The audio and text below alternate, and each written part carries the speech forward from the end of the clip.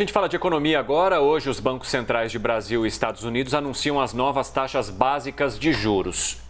Aqui, a expectativa é de que a Selic seja mantida em 13,75%, encerrando aí um ciclo de 12 altas consecutivas. Agora, nos Estados Unidos, o Fed pode acelerar o ritmo de alta sobre a chamada super quarta. Por isso, a gente vai conversar agora com a economista Rafaela Vitória, economista-chefe do Inter. Oi, Rafaela, seja muito bem-vinda. É um prazer falar contigo. Eu quero saber primeiro de você quais são as suas expectativas. Você concorda que devam se manter 13,75 aqui, mas aumentar a dos Estados Unidos? Bom dia para você. Bom dia, Evandro. Bom dia a todos. Sim, acho que hoje tem uma expectativa até bastante consensual no mercado de que o Fed suba os juros em 75 pontos base, enquanto aqui na política monetária, decisão de política monetária no Brasil, a gente espera que a Selic seja mantida em 13,75. Lá nos Estados Unidos, a gente tem um processo inflacionário que ainda não está sob controle. O último dado da inflação ao consumidor, que foi divulgado na semana passada, indicou que a inflação, principalmente medida pelos núcleos, a inflação de serviços, a inflação ligada à moradia, aluguéis, ela continua muito alta e existe sim uma preocupação com essa persistência da inflação e por isso o Fed precisa ainda subir os juros. Essa alta de 75 ela é bastante significativa e o Fed também está no processo inicial de alta. Vale lembrar que lá a taxa hoje é de 2,5. Então, mesmo uma alta de 75 vai levar essa taxa para 3,25. A expectativa em relação ao Fed é que ele continue subindo os juros. Então, também tem aí um aguardo desse discurso que vai ser feito, né, pós-reunião do FONC e também das divulgações das projeções dos membros do Fed, que vão indicar aí até onde eles acham que essa taxa pode chegar. Hoje também existe uma expectativa de mercado de que essa taxa chegue até 4,5%. Então, a gente ainda tem algumas altas pela frente na taxa de juros nos Estados Unidos.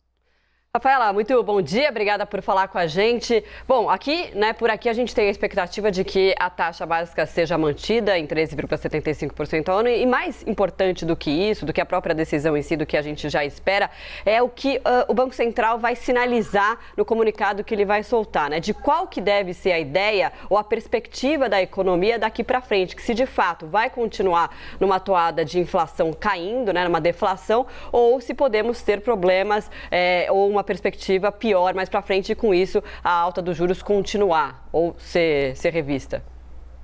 Sim, é um bom ponto, né? A gente está vivendo um momento de deflação. Julho, agosto e possivelmente também setembro, a gente deve ter essas leituras negativas de inflação pelo IPCA, mas elas são atípicas, né? Em julho, a gente teve redução de impostos e agora em agosto e setembro a gente está tendo uma redução dos preços da gasolina e dos alimentos por conta de uma queda da cotação das commodities no mercado internacional. Então, isso causa uma queda mais forte, mais acelerada do IPCA do que, inclusive, a grande parte dos economistas e o próprio Banco Central esperava. Então, isso tem reduzido a inflação de maneira mais acelerada, é uma notícia positiva, sim. Isso tende a reduzir também a inércia inflacionária que fica para 2023, mas a gente está num cenário ainda com algumas incertezas com relação à questão fiscal para o próximo ano, né? O orçamento ainda não foi aprovado, existem pressões de mais gastos para o próximo ano, existem pressões, inclusive, para rever o teto, que é uma importante âncora fiscal. Eu acho que, considerando esse momento ainda de incertezas e indefinições, o Banco Central vai comunicar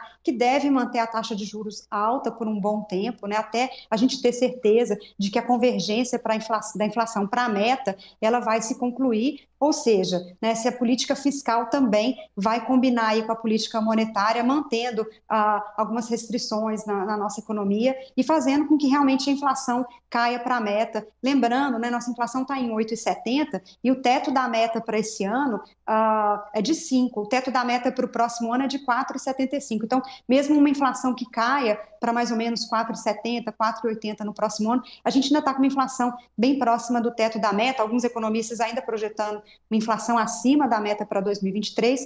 Então, o trabalho do Banco Central ainda não está concluído, não precisa mais uma alta de juros, mas o Banco Central vai precisar dosar nesse comunicado uma expectativa de mercado de que os juros vão continuar restritivos por um bom tempo e também a gente continua dependente do que vai vir de fiscal para 2023. Agora, Rafaela, falando numa estimativa, olhando para o que deve ser feito lá fora, então do que o Fed deve decidir hoje, nós discutimos aqui no live ao longo dessa semana o quanto isso influencia também a tomada de decisões no Brasil, porque ao acompanhar o aumento dos juros lá fora, há a percepção também de que poderia se aumentar o investimento lá fora, saindo esse investimento aqui do país. De que forma que isso pode influenciar nessas tomadas de decisões aqui dentro do Brasil ou movimentar esse mercado de acordo com o que for decidido lá fora?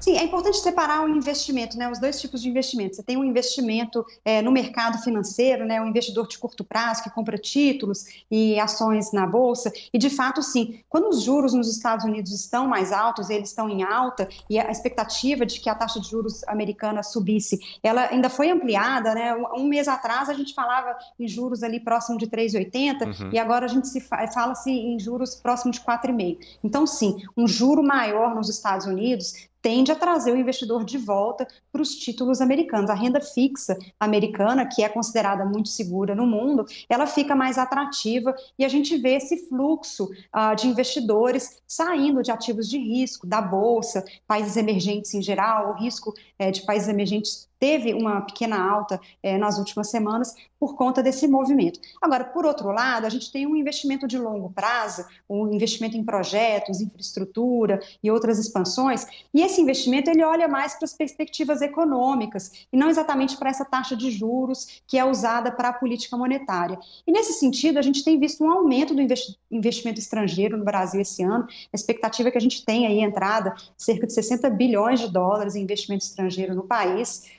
E a gente também está vendo um aumento do próprio investimento aqui no Brasil, né? O investimento doméstico também privado sobe muito. A gente tem um cenário de perspectiva econômica melhor, com o mercado de trabalho melhorando, com marcos regulatórios. Então, isso é um contraponto, né, para essa alta de juros que a gente vê nos Estados Unidos, que sim, puxa um pouco desse investidor de curto prazo, da renda fixa, mas os investimentos em infraestrutura, em longo prazo, eles continuam com uma perspectiva bastante positiva no Brasil. Rafaela, a expectativa de que esses últimos aumentos, né, feitos na taxa de juros não tenha o efeito completo e que isso pode começar a impactar a nossa economia no final desse ano. Você acha que, de fato, isso pode prejudicar a economia em algum momento, a taxa de juros, esse efeito, né, que não é imediato, a gente sabe que vai surtindo ao longo dos meses, pode cair ainda no final desse ano, começo do ano que vem? Um outro ponto importante, né? A gente fala em prejudicar a economia. Sim, a gente espera uma desaceleração econômica, principalmente do consumo. As taxas de juros mais altas, elas impactam na concessão de crédito. O crédito fica mais caro e escasso. E com isso, o consumo de bens duráveis, semiduráveis, ele tende a desacelerar. Mas eu acho que é muito importante ressaltar que a inflação controlada, ela é muito benéfica também para a economia, né? Então, hoje é muito importante que a inflação seja controlada para que a gente volte a crescer no médio e longo prazo. Mas, de fato, a expectativa é que a gente tenha uma desaceleração do consumo no quarto trimestre, no começo do próximo ano. A gente pode ver uma atividade, principalmente de comércio, talvez de serviços, um pouco mais fraca, por conta da atuação da política monetária. Como você falou, ela não foi sentida ainda. A gente teve um crescimento muito forte esse ano, ainda por conta de demanda reprimida da pandemia, muitos serviços voltando. Então, a gente espera uma desaceleração no ritmo de crescimento que está muito forte. Mas eu gosto de ressaltar que o controle da inflação ele é muito positivo para a nossa economia. A gente pode voltar a crescer já em 2023 com a inflação controlada e os juros em queda. Então, é importante esse movimento de alta de juros para que a gente realmente controle a inflação. Os males que a inflação trazem para a nossa economia são piores do que uma desaceleração de 1 ou 2 trimestres.